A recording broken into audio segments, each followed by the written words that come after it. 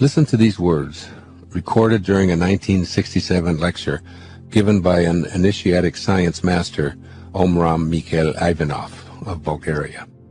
Quote, "The Creator has planted within every creature a fragment of himself, a spark, a spirit of the same nature as himself. And thanks to this spirit, every creature can become a creator. And this means that instead of always waiting for their needs to be satisfied by some external source, human beings can work inwardly by means of their thought, their will, and their spirit to obtain the nourishing, healing elements they need. This is why the teaching I bring you is of the Spirit, of the Creator, and not of matter." Unquote. I love this quote because it speaks to a part of you that has been largely ignored throughout all of your educational pursuits and accomplishments. The key words here are a fragment of himself, a spark that lies within you, but has largely been left unexamined. This is a great image for you to begin to understand the greatness of your higher self. There is a spark of God within you that is the invisibleness I've been alluding to. It is that which you cannot grasp with the senses. It beats your heart, it grows your hair, and it keeps your lungs breathing in and out. You've become accustomed to taking it for granted while putting the major focus of your life on the physical, that is the unreal part of you.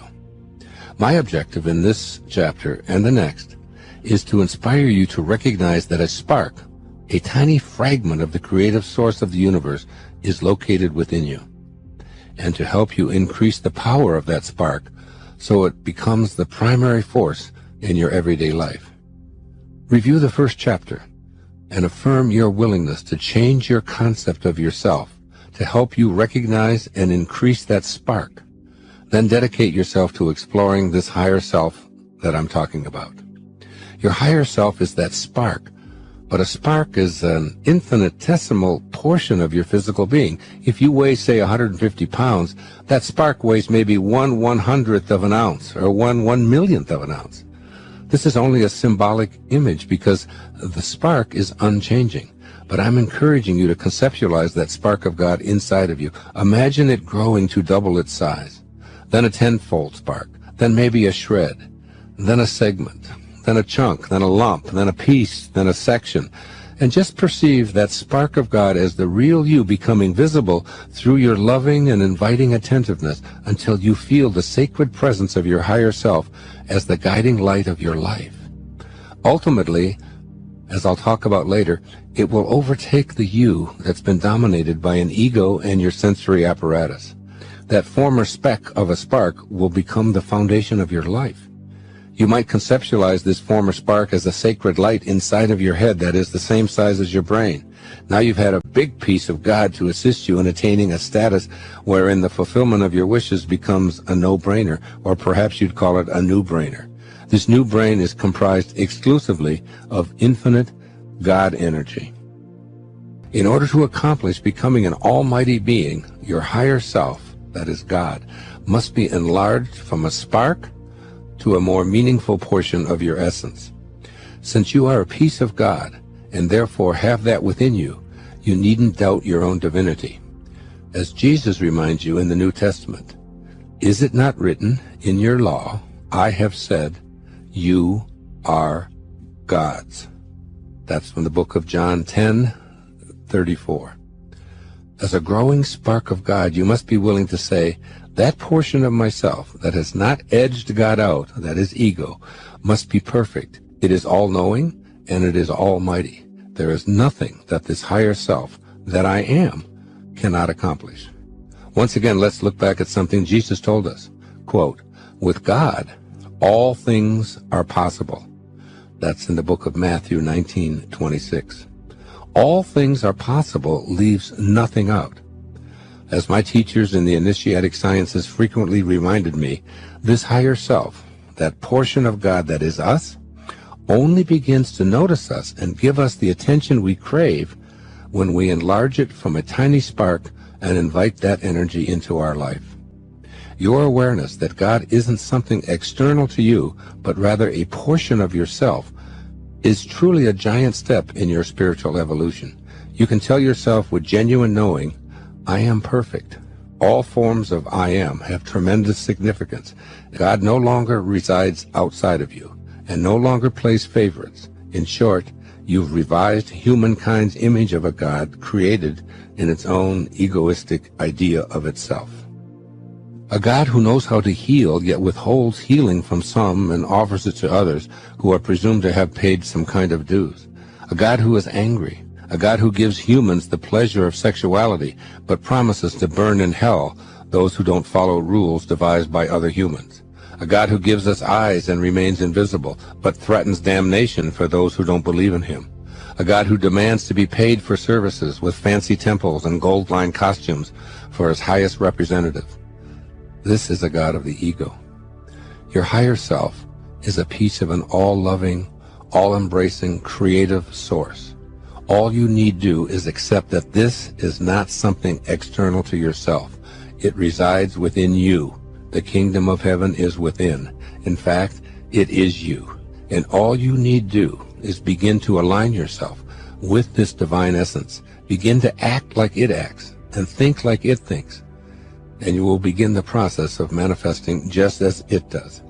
This is the true essence of living a life in which your wishes are fulfilled, giving your divine nature a chance.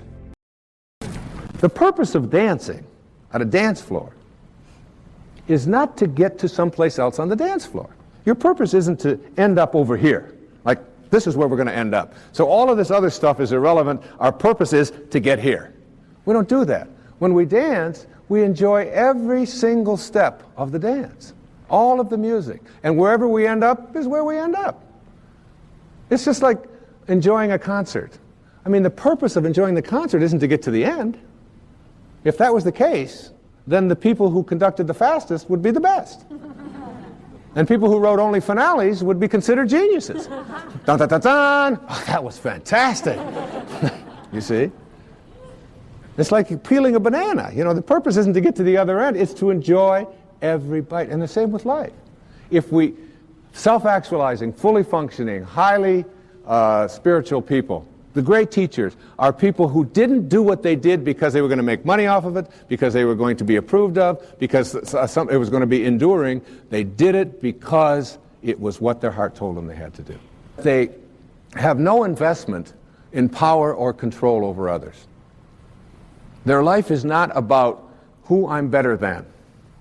See, true nobility is not about being better than somebody else. Everybody's better than somebody else at something and not as good as somebody else at something else. True nobility is about being better than you used to be. It's about growing in your life. That's what nobility is. And highly functioning people they're not looking into other people's lives. The last line of Candide, Voltaire's great novel, this whole story of this wanderer, Candide, this great teacher and sort of comic person. The last line, I guess we'll have to learn to cultivate our own garden. Cultivate your own garden. If other people want to grow rutabagas and you want to grow cabbage, then allow that and be independent of that. But so many people live their lives through what others are doing, how well they're doing it. Fully functioning people let go of that. That they have incredibly high energy and enthusiasm. Enthusiasm, entheos, the God within. When people say to me, what makes a great speaker? I said, be authentic and be enthusiastic. And it doesn't matter what your content is. People will love you if you're authentic and enthusiastic, if they can see the God within you. If they have no concept of failure, there's no such thing. If you take a golf ball and you put it up on a tee and you stand there and you swing at the golf ball and it dribbles off to the side, you haven't failed. You've produced a result. The question is, what do you do with the results you produce? Everything that you do produces a result. You can call it failure and say, well, I'm not good at this, I've never been very athletic, and apply all kinds of labels to yourself. But we should never ever allow ourselves to think of ourselves as failures, nor should we ever place that label on anybody else, because you can't fail. It's just a judgment. The only difference between a flower and a weed is a judgment. It's just a judgment. And the difference between success and failure is just a judgment. You know, Edison, the great inventor, of course. You know, when asked the question, he had tried 25,000 different ways to invent a battery, and he still didn't have it. And finally someone said to him, how does it feel, someone of your stature, to have failed 25,000 times? He said, failed? I don't know anything about failing. He said, today I know 25,000 ways not to make a battery. What do you know? And every time you do something, every time you go, and it doesn't work, you learn something. And the question isn't whether you failed, it's what do I do with the results I produce? If you pick the golf ball up and put it back on there and say, all right, I'm going to correct that, and you do it again and again and again, eventually, if you go through the 4 pathways, if you practice the discipline and the wisdom and the unconditional love, eventually, when you surrender, you'll know how to hit a golf ball. But you'll never do it the moment you label yourself to be a failure. Now, I'm in a 72-year-old body today. I remember being in a 20-year-old body, and in a 30-year-old body, and a 40-year-old body. And you can't find one cell of the body that I was in when I was 20 years old, 50 years ago. There's not one cell left. You go out there and I can't find it. It had all kinds of flowing stuff coming out of my head, and you know, it's like, it's gone. You're not doing anything. You're just being done. That's one of the things that the Tao says, that the Tao is just another term for God. The Tao does nothing. It leaves nothing undone. It leaves nothing undone. Makes the planets stay in alignment, the sun comes out, the oceans are filled, the life that goes on, fish reproduce themselves, roses show up, and there's nobody out there doing anything. It does nothing. So the question of who we are is can't be answered in physical terms, and it can't be answered with the senses. Your senses will lie to you. They will tell you something, and it's just not true, you know. I mean, our senses even tell us right now that we're sitting still when we're hurling through this ocean, right, at 20 knots. But we're also, so is the whole ocean hurling through space at something like 11 or 12,000 miles an hour. And it's also orbiting around the sun and turning on its axis. So it's turning, orbiting, and hurling all at the same moment. And your senses are saying, I'm just sitting here. You don't see with your eyes. You have to see through your eyes. The part of you that is processing what I'm saying here right now has no form to it, has no beginning, it has no end. There's an infinite part of you. There's an invisible part of you. And until you're comfortable with it and know it and understand that it is the creator, the creation takes place through this creative process within you, called your mind, called your thoughts, called your spirit, called your soul. And one of the things that I have learned is that it's necessary to understand what your soul is to follow your excitement. Now hear this. Your excitement is who you are. Just let that in. We're getting very philosophical. I love it when we get like this, especially when I know we have lots of time, so we can just take it, you know, just... Your excitement is who you are. You're not this body. It's the soul. It's this invisibleness. It's what causes you to feel passion. It's following your excitement. And it's something you can do at any time. And when you do, I guarantee you these two things. It will be effortless and you will always be supported. It's always an effort when you are not following your excitement. What is it in here? What is that creative spark that just makes you want to do something, or you just feel drawn to do it? And the more you pay attention to this spark, this inner excitement, the more it will support you, and you'll find yourself doing amazing things, like really amazing things. Here's what Patanjali, the great 3rd century BC Indian scholar, great beautiful soul, who was the father of meditation, one who taught me the japa meditation and the I am meditation. He said, when you are inspired means in spirit.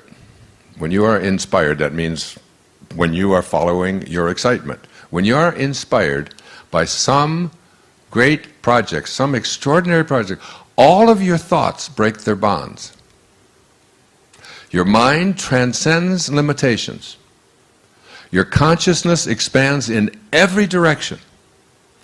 And you find yourself in a new and a great and a wonderful world. And then he said, and this is what I mean by being effortless, he said, dormant forces, faculties and talents come alive, and you discover yourself to be a greater person by far than you ever dreamed yourself to be, or I say were ever taught that you could become, because you were not raised to believe in your divinity. You were raised, as Rumi said in that thing I read between the Chinese and the Byzantines, you were raised to believe in your limitations. And you don't know that within you, you have God. You are God.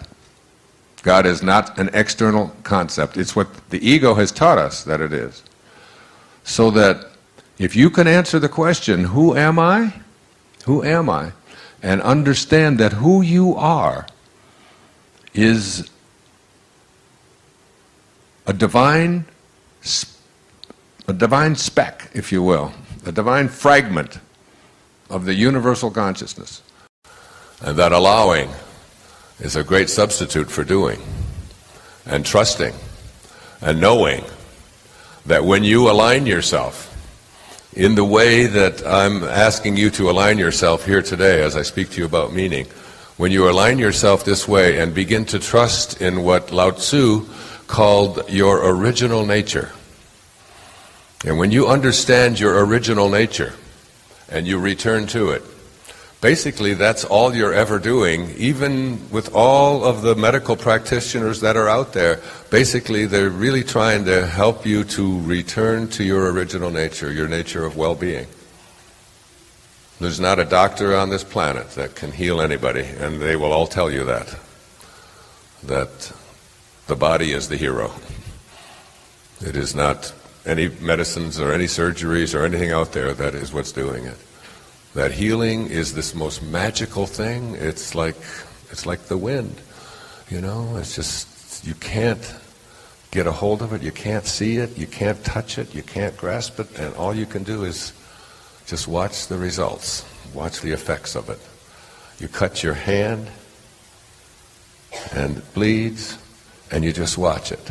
And all of a sudden, things start happening inside of your body, and red blood cells head towards that direction, and white blood cells start doing this, and all kinds of things begin happening, not just there, but in your heart, and in your lymph system, and in your elimination system, and then your neurological system. It all starts working together, and it starts sending things to it, and such a scab forms, and then the scab dries up, and then there's a scar, and then things start.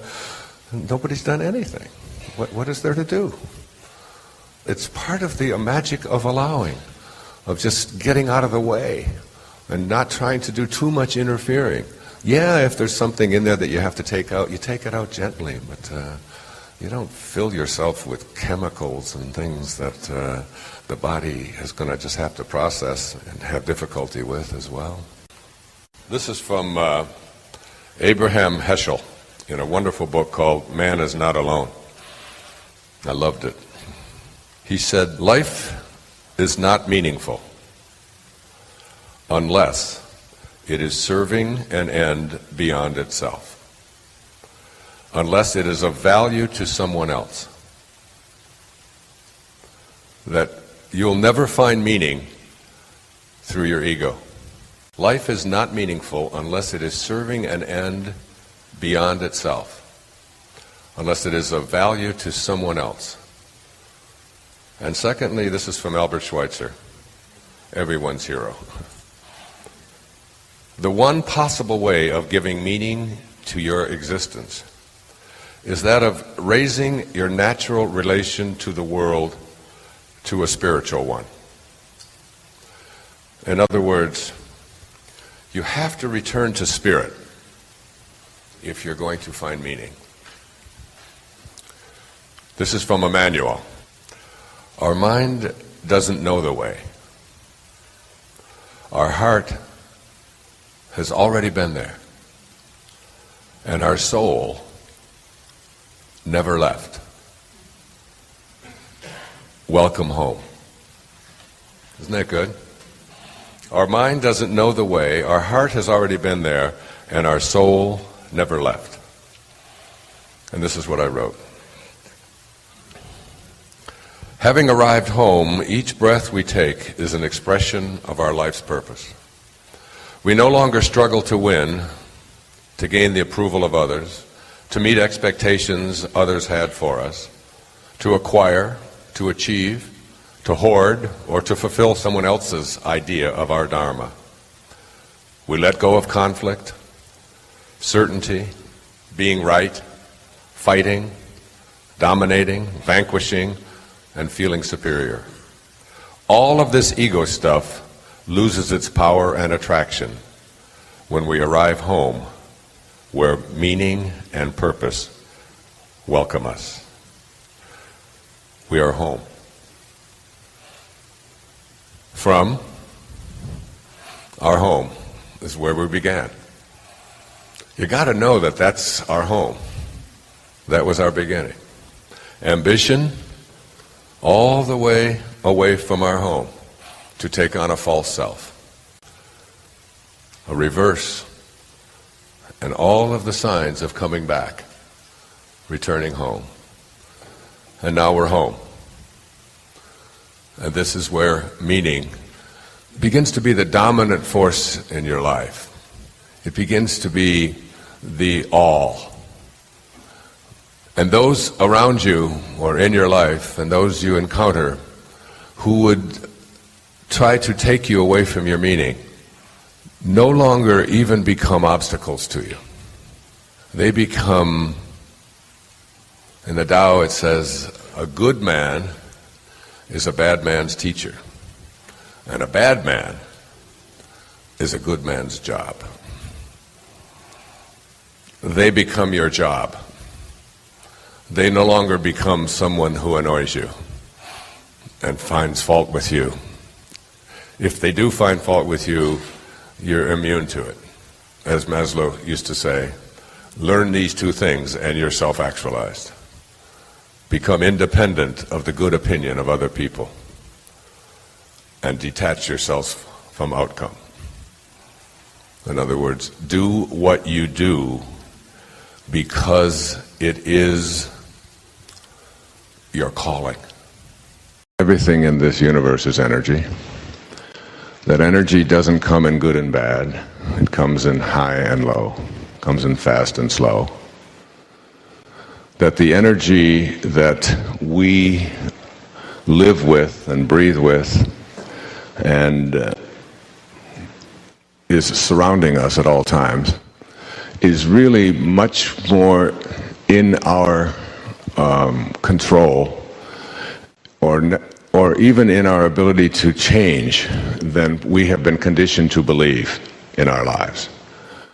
In fact, energy and energy medicine and the idea of energy is a whole new world of investigation. And that there are certain principles, there are certain ways of living, and certain things that we can do that can help to bring our energy into the higher and faster energies. The slower energies will calibrate to make us weaker. The slowest of them are shame and fear, self-doubt, anxiety, depression, and so on. And that each time we have a thought, which is the source of our energy, of any one of these kinds of lower and slower vibrations, that we impact our bodies, our environment, our families, and ultimately our universe. So that we almost have an obligation not to think depressing thoughts. Not only because it will impact us negatively in our physical bodies, but because it will literally impact all of those around us as well. And as we become very conscious of our thoughts and the fact that they represent an energy and they can result in our being weaker or stronger, we can become conscious of how quickly we can shift those energies and how easy it is rather than how difficult it is to make those shifts. In an instant, you can utilize something like japa, the repetition of the sound of the name of God, in the moment of stress or anxiety or fear or shame. You can use that no matter how much your ego and the part of you that demands that you be right insists that you not do this. You can literally just do this for a minute or two or three and shift it and find that it disappears. I want to show you this map of human consciousness. Map of human consciousness goes from a frequency that he has created called 1 to 1,000. And the lower the frequency, that is the slower the vibration, the more it will keep you weak. And anything below 200, by his formulation after 29 years of study, anything that calculates or vibrates or calibrates lower than 200 will weaken you. It will take away your strength. And anything above 200, up to as high as 1,000, will empower you. So below 200 is force, above it is empowerment. The lowest level in this map of consciousness is called shame. That when you are experiencing a shameful thought, you will weaken yourself. The next up is guilt. The next up is apathy. All of these will weaken you. The next is grief. Grief itself, even though there's a lot of people making a strong case for it. To grieve is to weaken yourself. Fear, which has as its emotional counterpart anxiety. Craving, or ultimate desire. Anger, and pride, which is scorn and hate, are all going to weaken you. Now, the ones that will strengthen you, starting from the lowest ones that will strengthen you, that calibrate at 250 and above, are neutrality, which has an emotional correlate of trust, and then willingness, that calibrates at 310, and that's optimism, and then acceptance, which is forgiveness in the emotional realm, is 350. Reason and understanding calibrate at 400. Love and reverence at 500. Joy at 540, and serenity. And finally, peace at 600 is the highest that most of us will ever reach. Peace and bliss will always empower you. Now I'm just talking about thoughts here, just thoughts of peace and bliss. Whereas the highest one, enlightenment, which is the emotion of ineffability, calibrates between 700 and 1,000 when you're out there athletically competing. That if your energy or your attention is on force, that is on being able to defeat your opponent, you will always calibrate weaker. It will make you weaker. When your emphasis is on defeating someone else or trying to overcome them, and they can measure what thoughts you have, and when they're on that, you will become weaker and you will perform at a lower level. But when you put your energy and your attention on performing at the most empowering level that you are capable of performing at, and using your God-given abilities and talents to just allow yourself to go out there and connect at the spiritual level and perform, you will always perform at a higher level, and you will calibrate strong rather than weak.